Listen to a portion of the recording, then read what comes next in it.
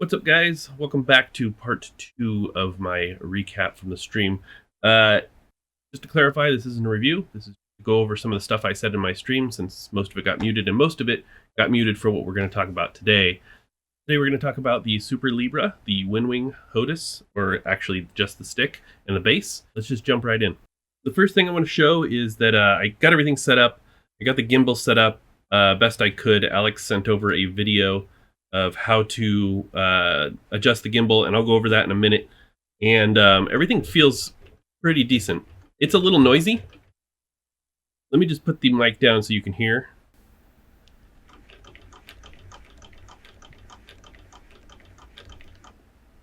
So yeah, that's basically some of the components inside. I'll go over what that is. It's partly the cam, and I think the other part seems to be what they're calling a center stop device, and we'll go over what that is in a minute. I'll take it apart and show you.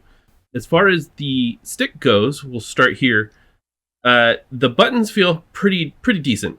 We have the weapon select here. The only complaint on both the weapon select and the sensor select is this notch. So if I come left, I can't go up.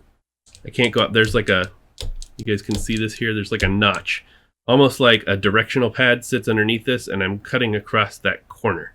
It's not really terrible. I wish it weren't there, but it's something you'd probably just get used to. Same thing here.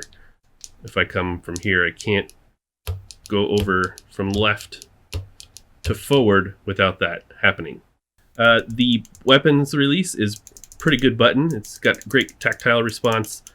It feels very light in comparison to the Warthog.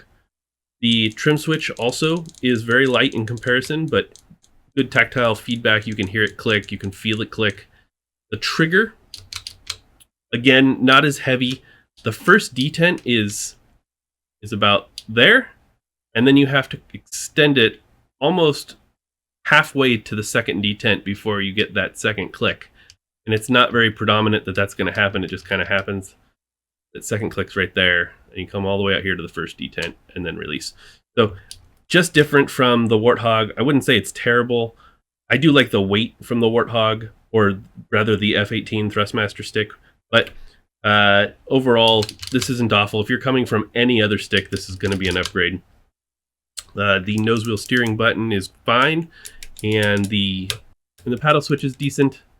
I don't have any problems with that. It was a little loose when I got it, but there is a pin here, which I'll show in a second, that you can adjust to fix it. Okay, so here's the pinky lever. You can see here there's this pin, like a set pin. You just twist it, and it pushes up against this and extends it a little further, or retracts it so it sits up against this button here. Easy to adjust, easy to fix. The one thing I really dislike about this setup are these. These are the mounts. There's 2 of them required. I don't care for them. I actually contacted Fox to get me a base plate from Fox Mount to use instead, and I'm probably going to use that the entirety of the testing. These, for me, I'm just going to chuck them.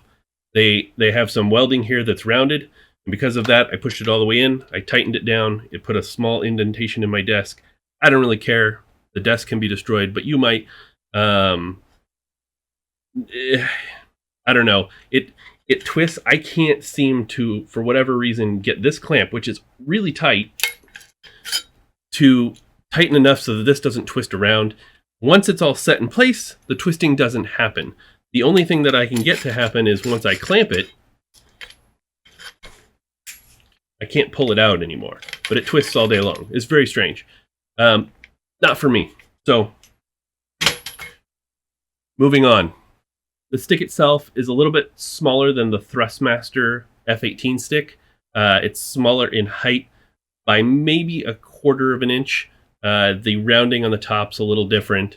But overall, everything is reachable, ergonomic. It feels pretty much the same. I don't know that I could tell a difference. The other button that I forgot to talk about earlier is the Recce switch. Is a D-press, but is also a 4-way axis. So you can kind of do a sensor, TDC type of thing on here. Maybe zoom, because we don't have a zoom lever like the friction lever on the Warthog. we can use this for something else. Pretty interesting feature. It feels flimsy. That's my only complaint about it. I actually pulled off the cap during the live streaming, couldn't get it back on, but I got it back on and it still works. So save the day there. The extension itself here is adjustable. So I can actually loosen this pin, which is kind of the safety pin, and then if I turn the top screw here, I can actually extend it probably a good 2 inches. That's pretty neat. The downside is with the extension on in its smallest form, the heaviest springs I have in here, this moves all over the place, no problem. Alex sent me a video showing me how to set up the gimbal properly on the inside, and in that video I noticed he had heavier springs than what I have, or at least they looked it. So I'm hoping there's another option, because I'm going to want heavier springs for this. You're going to want heavier springs, at least some of you will, but it's, I mean, I can just slap it around. There's not a lot of resistance. If I move this down here, it's a lot better, obviously, because we have leverage here and the weight's offset. But overall, I wish it were a little bit stronger. Let's take a look inside. Okay, on the inside we have 2 clutches. These are per axis, and they're there so that when it snaps to center, it doesn't do the wobble, kind of like it's doing now. So I can actually tighten, wrong Allen. I can actually tighten this a bit. It doesn't take all that much, and then when I let go, it's slowed down a bit. And then if I tighten it a little bit more, not too much, 1/4 of a turn, the return to center is pretty much stopped. It doesn't waggle around. Waggle is a real word. You can look it up. I'm going to go ahead and loosen this, because whenever you're adjusting anything on the inside, you want to loosen those. And here we have the cam setup. On these cams, we have the soft cam in here right now, and the difference between the two is pretty big. You can see that it has a much larger center detent on the hard cam. This is not my preference. Some of you might like it. I don't. So I took it out. And then I have the heaviest springs that were sent to me. I wish I had heavier ones. I don't know what the weights are on these. I didn't see anything in the manual or anywhere else that told me what they were. But I have 2 of them on each axis, and it's still not enough, so I'm going to have to figure something out there. Okay, so let's quickly just kind of discuss some of the different kinds of cam setups that we have currently, and hopefully that will help you understand what this is all about and why it's kind of different than everything else out there. So here are all the bases I have. I have the Warthog base, I have the VIRPIL WarBRD, I have the Gunfighter from VKB, and we have the WINWING. The way that the pressure works on all of these 3 are very similar. This one's completely different. This one has a coil right here, it's a spring, and in any direction that I push, there's the same amount of pressure on the gimbal because it's a round spring, so it's just going down here, it's going down here, it's going down here. The spring itself, it doesn't change. If I move it all the way around, it's the same force at the same distance from center all the way around. Now, on every other gimbal, here's the WarBRD, we have a spring here on this axis, and we have a spring here on this axis. And let's say that this is 10 pounds of force, and this is 10 pounds. If I were to come this way, that's 10 pounds, that's 10 pounds, that's 10 pounds, and that's 10 pounds. But if I go to diagonal, where I'm fighting both springs, these get added up fairly fast. And so I end up having 10, 10, 10, 10, but in the corners, I'm at 20. So when you're rotating from left around to, let's say, forward, you're actually fighting more pressure at the same distance from center as you were from the outer edge of each of the north, east, west, south positions. So all of these feel that way. You can go around in a circle, and if you try to go about halfway on the gimbal, you're going to feel that. It's not an issue. It's just a side effect of these kinds of cam systems and cam and spring systems. So something to consider. This one is the Gunfighter, and it is a single cam, and I have dual springs. And back to the Warbird, I have single spring and dual cam. So this cam is, I would say, similar in the sense that it's two cams, right? And the bearing is rolling across two different cams in both scenarios. But in this scenario, it's never losing contact with either of the cams. It is always on both cams in one way or another. And we get the curve progression on the axis that we're pushing towards on one of the cams or on the other cam. On this one, it's a single cam, and we get the curve progression either way on that cam. Now, back to this one.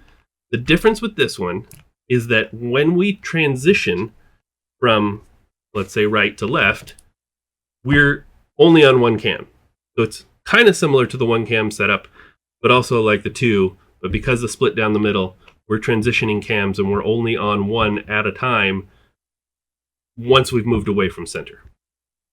Now, the interesting thing about this is when we move over to the side here, the springs want to pull this cam this way. And if we were to allow it to do that, the cam up here would move up, and when we come back, the bearing would strike the cam, and that's a very big feeling that you get when you try to return to center. You feel the clack, and then you have kind of a hurdle. You have basically tension to get it back to center, and that's not something we want. And in this setup, you can actually emulate that by adjusting this center stop that they've added. And so you can see here, I've moved this pin outward, okay? And there's a pin that goes into here, and there's a block in the back behind the spring. This block right here. That's the center stop. And so when you adjust this pin, when you screw it in, it moves out, and then it barely touches that stop. And that's kind of where you want it in its neutral position, is just not touching. And that way, when we transition over to this cam, this tries to move over, right? And it can't because it hits that stop. Well, as you can see here, I've adjusted it back out this way. And as I come back, you can see right here, I've struck the corner of this cam, and that's not what you want. I can actually feel that when I come back and forth. You can feel it right there. And I have to give it a little bit extra tension to get it up and over that hump back to center. And that's kind of the side effect of this cam. But the great thing about it is that you can fix it. But the adjustment is very critical, because if you go too far, did you see that move? I twist it back. I'm not moving this. I'm just going to hold the base. If I go too far, the stick moves to the right. And the reason it moves to the right is this cam is now being pushed this direction, and it's causing this part of the cam to go down. And so what happens is I'm not even touching that cam at all now. And if I were to do it on both sides, this would be completely slack in the center. There would be no contact with the bearing on the cam, and this would just have tons of play, and that's not good either. So the adjustment is very, very critical. And what you want to do is, oops, wrong way. You want to basically pull it all the way out, giggity, and then turn it until it just about touches. If it does touch, just back it out slightly, and then you'll have a great adjustment of the cams, and everything is aligned perfectly. And you just do that on these two, and you do it again over on these two over here. And if you swap the cams out, you have to do that. If you swap the cams out for the hard ones, you have to adjust that. If you swap it out for the soft ones, you have to do that. Now, if you swap out the springs, you'll probably have to do it again, because now we have a different tension on the arms of the cams here. So every time you make an adjustment, you have to do it. You also have to do it with the dampeners off. Damper. These need to be turned off completely, otherwise you're going to get kind of a false reading because they're going to stop it at center, possibly before you actually hit center. So that was basically my struggle on stream, and it's been solved now. Everything feels much better now. I don't have as much of a problem. The only thing I don't really care for right now, and it's just going to take some getting used to because I'm so used to my other setup, is I can kind of feel this transition, or possibly the center stop when these cams touch it. I can feel that transition, and it makes me feel like I'm hitting a center bump, but I'm not really, because it's very fluid, but it kind of gives that perception, and it drives me a little bit nuts. I don't really care for it, but I'm sure I'll get used to it as I go on and use it for the review, and hopefully it just kind of goes into the back of my mind. It's really not that big of a deal. It's just totally different from what I'm used to. I don't feel anything with this. This is what I typically use. I feel nothing at all. This is silent. I don't hear it. So yeah, just an adjustment to get used to. The other thing is the dampers. I'm not too much of a fan. I haven't found a really good sweet spot for me, where the center, if I'm making really fine movement, I can feel these catching, and I don't really like that. So for me, I probably just leave it loose. It doesn't bother me that much. The only time it might bother me is if I get some thicker springs and this thing just starts wagging like this back and forth because it doesn't want to stop due to the tension of the springs. So, okay, the last piece I need to talk about is this thing. This goes in between either the extension or the base. I am not really sure. I need to actually update the firmware to use it, so I haven't even tried this yet because I haven't updated the firmware. But this is a Z-axis, so you can not have rudder pedals. So if you don't have rudder pedals, this will help you use the rudder. And it's a twist axis, the word is. So yeah, this is kind of a cool little feature. Not a lot of the high-end sticks come with anything like that. I haven't tried it yet. We will see in the review. Hopefully in a few weeks and or a month. I really want to give this thing a good go and see what happens. So, okay, one more thing before you go. You've made it this far, I got a little treat for you. I was talking to WinWing about this, and I was talking to them about why did we leave out a landing gear and flaps option. And they told me it's because they have their own landing gear and hardware panel that will sit on your desk, or you can mount it somewhere. I'm assuming you can mount it coming. So that will be an addition. It'd be really cool if it mounted right here, but we'll see what happens. It's all prototype stage right now. They did tell me I could tell you. So something to look forward to if this turns out to be amazing. So thank you guys for watching. Like and subscribe, and I will see you guys next time.